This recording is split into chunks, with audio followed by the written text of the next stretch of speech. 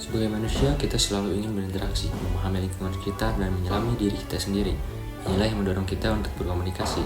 Sebagai makhluk sosial, komunikasi dan interaksi adalah bagian yang tak terpisahkan dari kehidupan sehari-hari.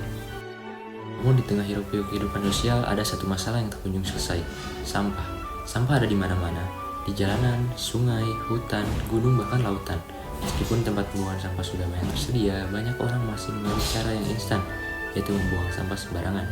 Upaya menanggulangi masalah ini sudah banyak dilakukan, namun kebiasaan lama sulit untuk diubah karena kurangnya kesadaran dan kepedulian terhadap lingkungan. Solusi yang kami tawarkan adalah pemasangan jaring di setiap saluran air di RT 4 RW 6 Desa Sayang. Jaring dipasang di atas saluran air untuk menjaga masyarakat membuang sampah.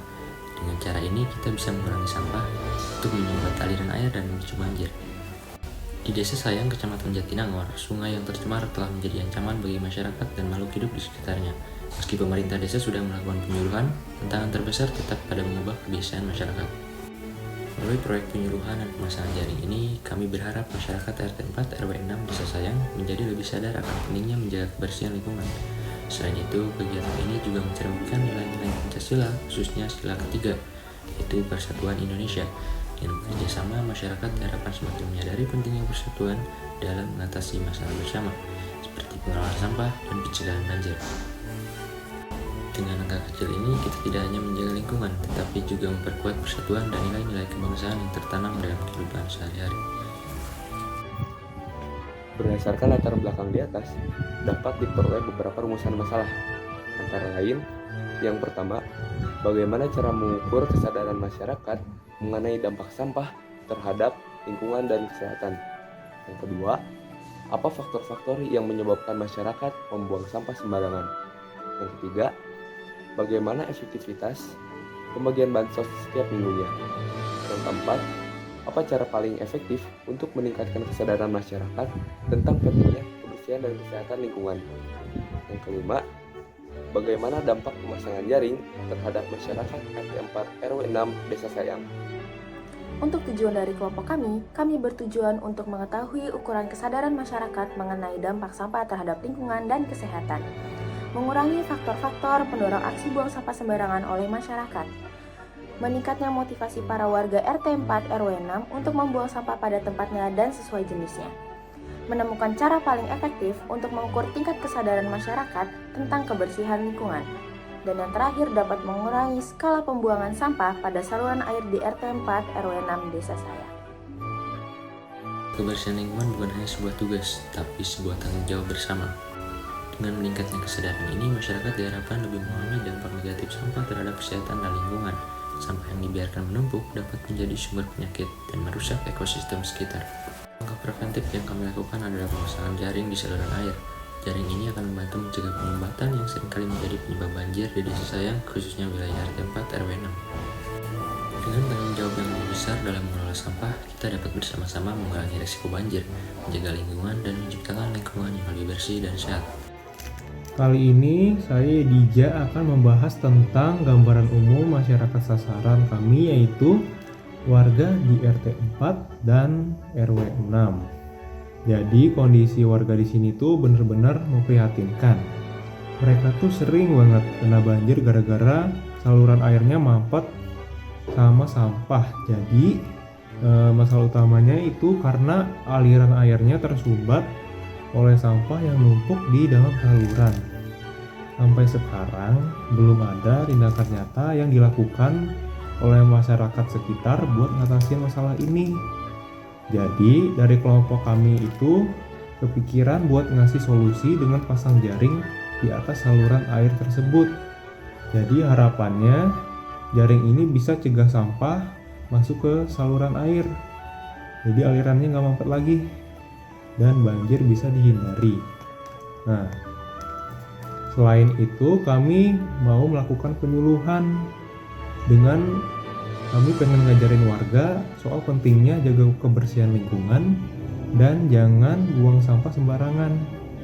Nah, dengan begitu kami itu sekelompok berharap kesadaran bersama bisa terbentuk dan masalah banjir ini bisa diatasi secara aman dan berkelanjutan. metode pelaksanaan kegiatan kami ada beberapa variasi, yaitu sebagai berikut.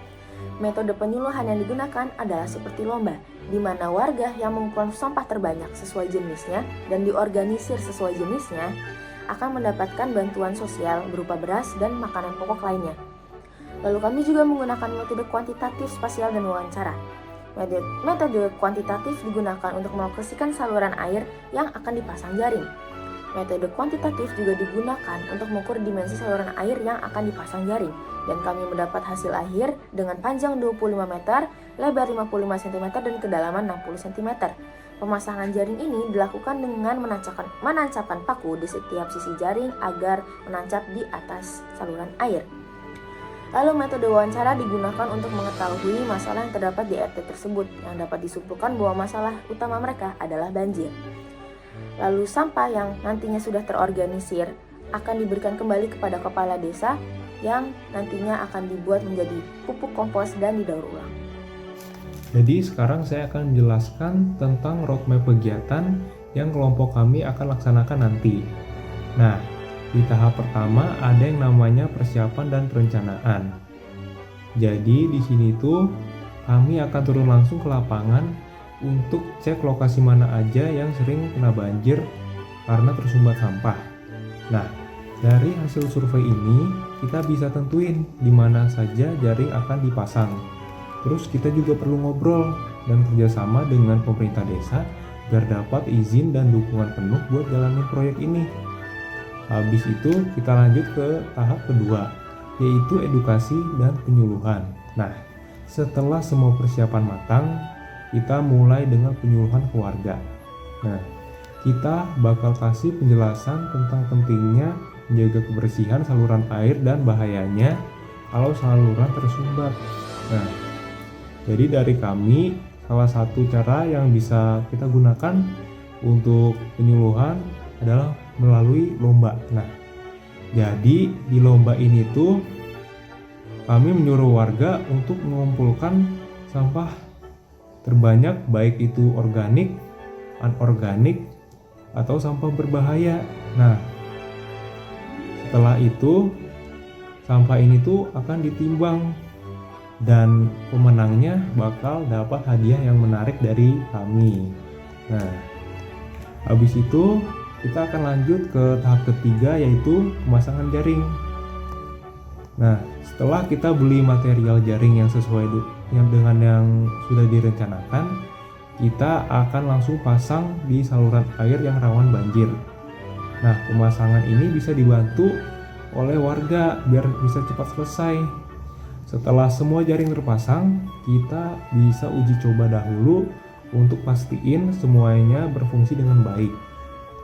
Nah, habis itu ada tahap yang penting juga, yaitu pemeliharaan dan monitoring. Nah, setelah jaring-jaring terpasang, kita tuh bikin jadwal rutin untuk mengecek dan bersihin jaring tersebut. Kita juga bisa bentuk tim sukarelawan dari desa untuk bantu merawat jaring-jaring ini. Selain itu, kita harus pantau terus efektivitasnya. Apakah beneran bisa mencegah banjir atau enggak? Lalu kita masuk ke tahap kelima, yaitu evaluasi dan pengembangan. Jadi di tahap ini kita bakal lihat hasilnya. Apakah pemasangan jaring ini berdampak positif atau tidak? Semua data akan kita kumpulin dan rangkum dalam laporan yang lengkap.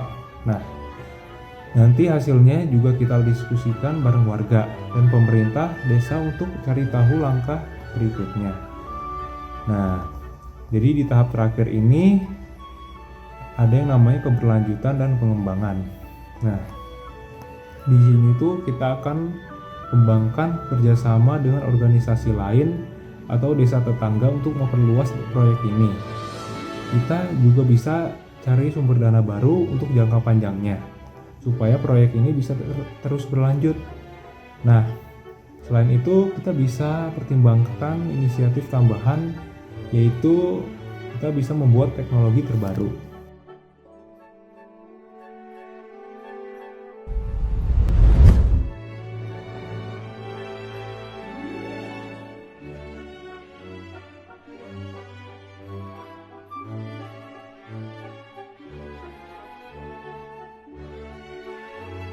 Woi.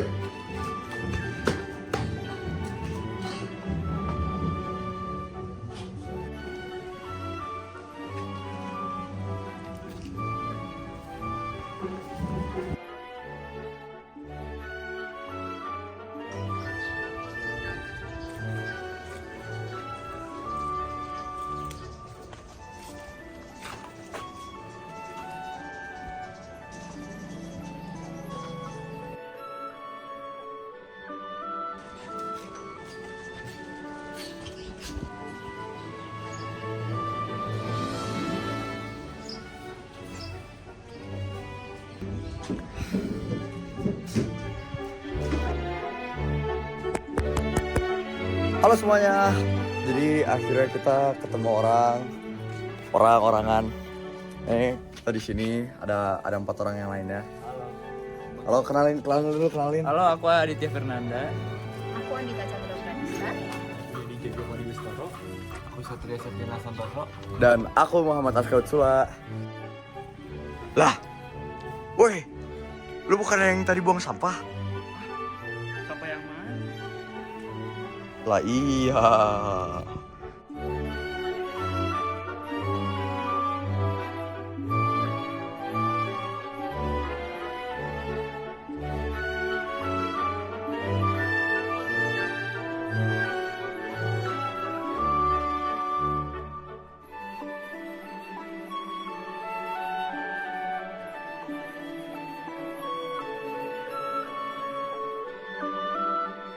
Bang nih ya.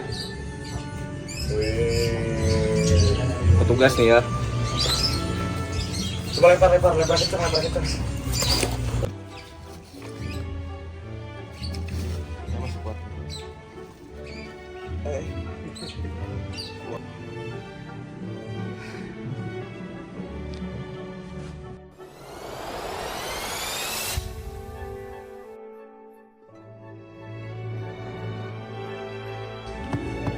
Sangat menyenangkan. Minus Serius. Ekspresi. Ya, 1, 2, 3. Aku berlucut akan